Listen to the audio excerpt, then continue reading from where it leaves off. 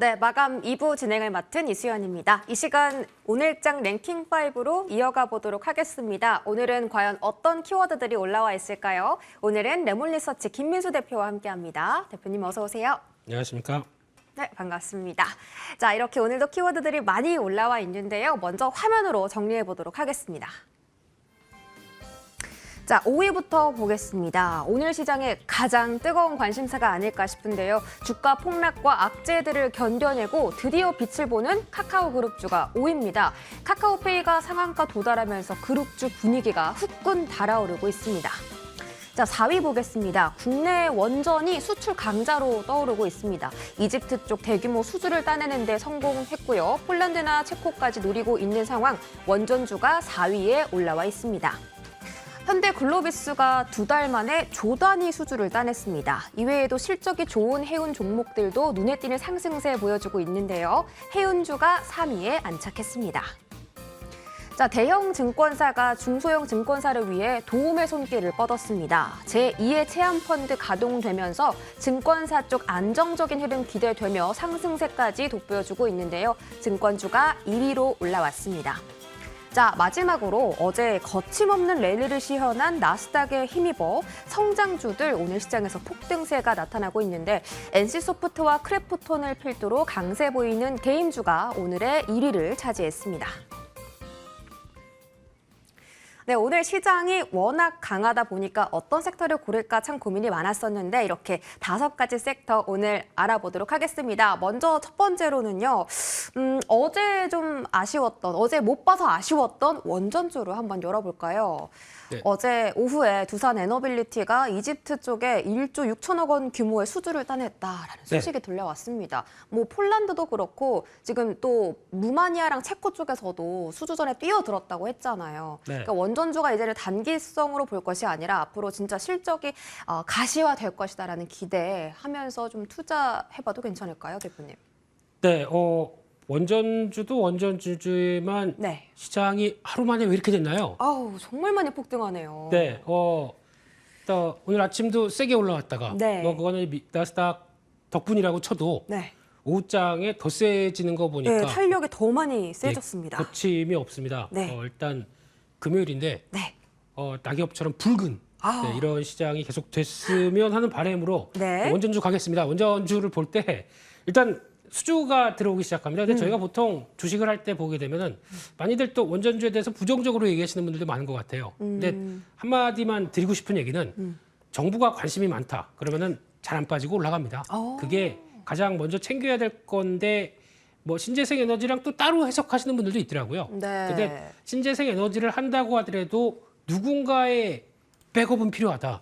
안 그렇게 되면 신재생 에너지 날씨에 따라서 전력 효율이 떨어질 수밖에 없는데 그거를 누가 담당할 것이냐라고 하게 되면 LNG나 원전 쪽이 뒷받침돼야 그다음에 그 사이에 공백 동안에 신재생 에너지가 열심히 투자를 해야 되겠죠. 네. 그래서 성과 나온 다음에 그다음에 약간 그 뒤를 봐주는 정도로 나오게 되면은 없어서는 안 될 걸로 봐야 될 것 같고요. 그밖에 지금 가장 많이 나오는 게 이제 폴란드랑 한국하고 뭐 거의 이제 형제 나라인가요? 네.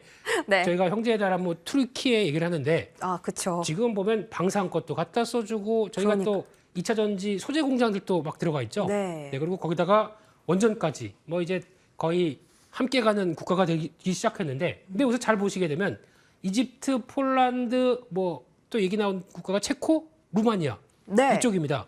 왜 이쪽에 대해 국가들이 원전에 대해서 관심이 많을까요? 이게 가장 핵심 아닐까요? 그렇죠. 네, 왜일까요? 그리고 가장 중요한 거는 지금 이제 동유럽 쪽에서는 지금까지 쭉 지켜보다 보니까 서유럽 쪽에서 전기요금 가지고 폭등해서 물가부터 막 여러 가지 난리치는 거를 많이 봤습니다. 네. 그러면은 주변에서 딱 보고 있다가 이거 관리 잘못하면 안 되겠다. 일단 그런 전기요금 관리부터 해놓기 시작해야 어느 정도 장기적인 에너지 플랜을 짤 수 있겠다라고 네. 하다 보니까 이게 결국에는 동유럽 쪽에서 먼저 움직임이 나오는 뭐 이제 유럽, 북아프리카 쪽도 마찬가지죠. 그런 기조로 바라보게 되면 수주의 가능성, 특히 이런 나라들이 물론 이제 원전 쪽을 짓는데 중요한 거는 비싸게 못합니다. 좀 가성비 쪽을 따지겠죠. 아하. 그러면은 한국이 그나마 가성비가 좋죠. 미국보다는. 그렇죠. 미국, 네. 프랑스보다는 네. 일본은 아직 뭐 거기 있고요. 일본은 아직 그럴 때가 아니고 그러면은 한국이 짱이네요.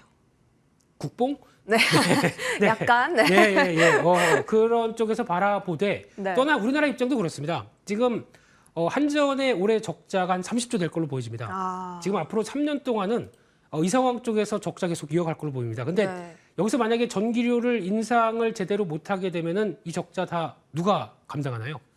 결국에는 채권 발행해서 그 채권도 지금 높은 금리입니다. 네. 이거 다 발행해서 하게 되면 결국에는 다 우리 돈이 세금이 또 글로 들어가서 메꾸는 역할로 되는 과정이죠. 채권 시장 가뜩이나 또 안 좋잖아요.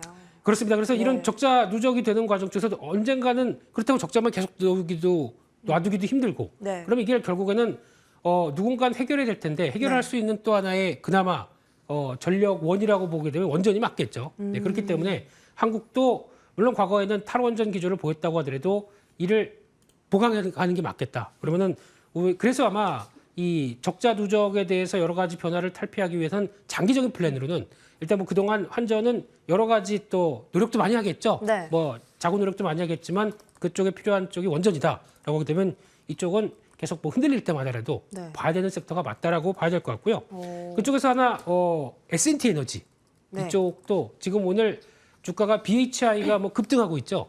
완전 급등을 하죠. 계속 이제 오늘뿐만이 아니라 어제부터도 지금 시세가 굉장히 강하게 나오고 있거든요. 네, 완전 급등이요. 네. 좋은 단어 써주셨네요. 네, 한 3일 사이에 거의 뭐 시세가 분출하듯이 나오고 있는데 맞습니다. 거의 비슷한 회사입니다. S&T 에너지도 그와 비슷한 역할을 하는 공냉식 관련된 쪽에서 성과를 내고 있는 열교환기 쪽, 공냉식 열교환기 쪽인데 이쪽만 좀 주춤하게 되면 또 말이 안 되겠죠. 네, 이런 쪽도 한번 지켜보자라고 말씀드리겠습니다. 네, 알겠습니다. 일단 원전은 계속해서 좀 봐야 할 그런 종목군으로 체크를 해주셨고요. 수출을 한전 쪽에서 이제 원전 쪽 수출을 따내야만이 적자도 회복을 할 수 있고 그런 원전 관련주에서도 또 중심적으로 보시는 종목이 S&T 에너지다라고 말씀을 하셨습니다. S&T 에너지 보니까 대규모 플랜트 프로젝트가 국제적으로 추진이 되고 있는데 그 상황에서 수주도 좀 따내고 있고 영업이익도 굉장히 잘 나왔더라고요. 네, 일단 저희가 시장에서 움직이게 되는 섹터가 있으면 네. 그 뒤에 과연 뭐가 갈까라고 찾아보는 것도 중요한 변화겠죠. 네. 그 중에 한 종목이라고 생각되고 이제 앞으로 앞서 말씀드린 대로 이제 LNG 쪽도 백업 에너지 쪽에서 필요한 또 하나의 중요한 에너지 자원 그리고 또 원전 이런 쪽으로 나오게 되면 이쪽에 대한 투자나 관심 상당히 많이 늘어날 걸로 보여집니다. 아. 네, 그쪽에서 네. 하나 또 이어 나갈 회사다라고 네. 하게 되면 그에 따른 수혜 측면들 계속 체크하면서 보자 네. 이렇게 말씀드리겠습니다. 알겠습니다. 자, 원전 쪽에서 아직 가지 않은 종목입니다. S&T 에너지 체크해 드렸고요. 저희 다음 키워드 한번 열어보도록 하겠습니다. 자, 어떤 키워드를 열어볼까 고민을 해봤는데 여기 딱 나왔네요. 제2의 체험펀드 1조 8천억 원 증액을 했습니다. 주가가 증권사들이 이 소식에 힘입어서 껑충 뛰어 올랐는데 네. 이런 말도 있습니다. 이제 대형 증권사가 중소형 증권사의 도움의 손길을 뻗은 거잖아요. 그렇죠. 예. ABCP 매입도 해주고. 네. 그런데 이게 아직은 단기적인 이슈일 것이 단기적으로만 잠깐 불을 끄는 것이지 이게 중기 장기적으로 봤을 때 채권 시장을 이렇게 끌어올려줄 수 있는 이슈는 또 아니다라는 일각의 의견도 있거든요. 네. 네. 한번 혼란스러우게 되면 네. 이게 안정 찾기에는 좀 시간 걸리죠. 네. 그러니까 처음에 누가 트리거를 만드느냐가 이제 문제였다고 하더라도 그게 이제 점차 이제 가만두면 안 되겠다라는 쪽에서 정부든 또 어떤 이런 공동 펀드가 만들어져서 대응을 하던 간에 일단 좀 시간의 안정이 좀 필요하겠죠. 네. 그 사이에 그런 관점에서 봤을 때 또 같이 연동될 수 있는 실세 금리들이 이제 떨어지기 시작한다. 네. 이게 결국은 또 물가가 미국에서 이제 약간 피크아웃 징후가 나온다라고 하면서 나올 수 있는 부분이다 보니까 영향은 가겠죠. 그러면 시간은 좀 필요하다고 하더라도 약간 그 극심했던 불안감은 좀 사라지지 않느냐라는 관점 쪽에서 바라보고 있고요. 특히 증권주 하게 되면은 가장 먼저 저희가 뭘 봅니까? 배당이요? 배당도 보죠. 배당도 네. 보는데 어떤 걸 볼까요? 배당 대비해서도 싼 종목 널려 있어요 지금. 네, 이런 쪽에서 이런 좀 뭔가 부진하다 그러다 보니까 주가가 많이 빠졌어요. 네. 네, 그런 쪽에서 금리가 아, 금리 하락 때 수혜를 받는 섹터 전통적으로 보게 되면 딱 두 가지 얘기합니다. 건설, 증권 이런 쪽으로 얘기를 하죠. 게다가 이제 한동안 거래도 침체되고 재미가 없다가 이제 주가가 올라오기 시작합니다.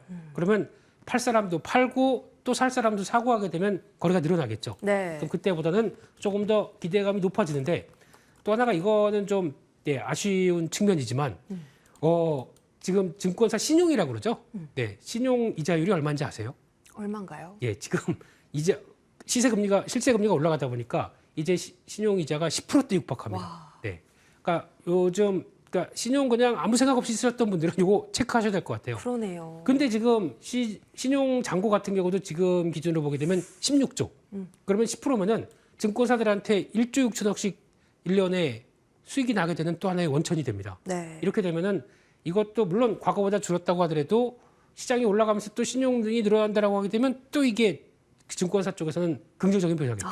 네, 그래서 지금은 안 좋은 얘기는 많은데 네. 살짝 금리 변화 가능성과 함께 뭔가 변화가 나오기 시작한다라고 하게 되면 이런 쪽도 일단은 시장이 움직인다. 그러면 네. 보통 저희가 그런 얘기가 있었습니다. 예전부터 지수 뭘 살지 모르겠어. 그리고 그냥 증권주 사도 지수에 올라가는 거 정도는 따라갈 수 있어. 이런 얘기가 나오다 보니까 그런 관점 쪽에서 한번 시장 흐름들과 증권주 비교해 보면서 대응하셨으면 좋겠습니다. 아, 조금 아이러니합니다. 이제 신용을 썼던 분들에게는 이 금리 인상이 굉장히 부담이 되는데 오히려 은행이나 증권 쪽에는 호재로 받아들일 수가 있는 살 것이 없으면 증권을 사라라는 말도 있다고 하는데 채권 시장이요. 대표님 짧게 한번 볼게요. 채권 시장이 지금 그 아주 A등급 채권까지 지금 신용이 굉장히 안 좋은 상태인데 네. 앞으로도 이 신용을 회복할 수가 없다는 의견도 있거든요. 그거는 어떻게 생각하세요?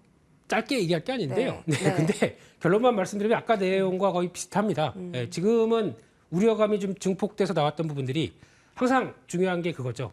좀 제가 앵커님한테 좀 너무 이뻐서 화가 나라고 이렇게 말씀드리면은 네. 상처받으시 아니구나. 네, 상처받은 상처는 일이 안 받은 아니네요. 것 같은데요. 좋은데요. 네. 그러네요. 네. 예. 네. 근데 잘못 이해가 됐네요. 예. 근데 물론 이런 얘기를 상처받는 말을 들으면은 네. 그러면은 사람이 좀 이게 좀 가라앉는데 시간이 좀 걸리겠죠. 시장도 그런 것 같습니다. 그런 관점 쪽에서 약간 충격이 이어졌지만 네. 아직까지 여파가 어떻게 펼쳐지나라고 본다고 하더라도 여전히 지금은 어떤 완화 쪽으로 가는 게 맞지 않나 완화 생각됩니다. 쪽으로 네. 알겠습니다.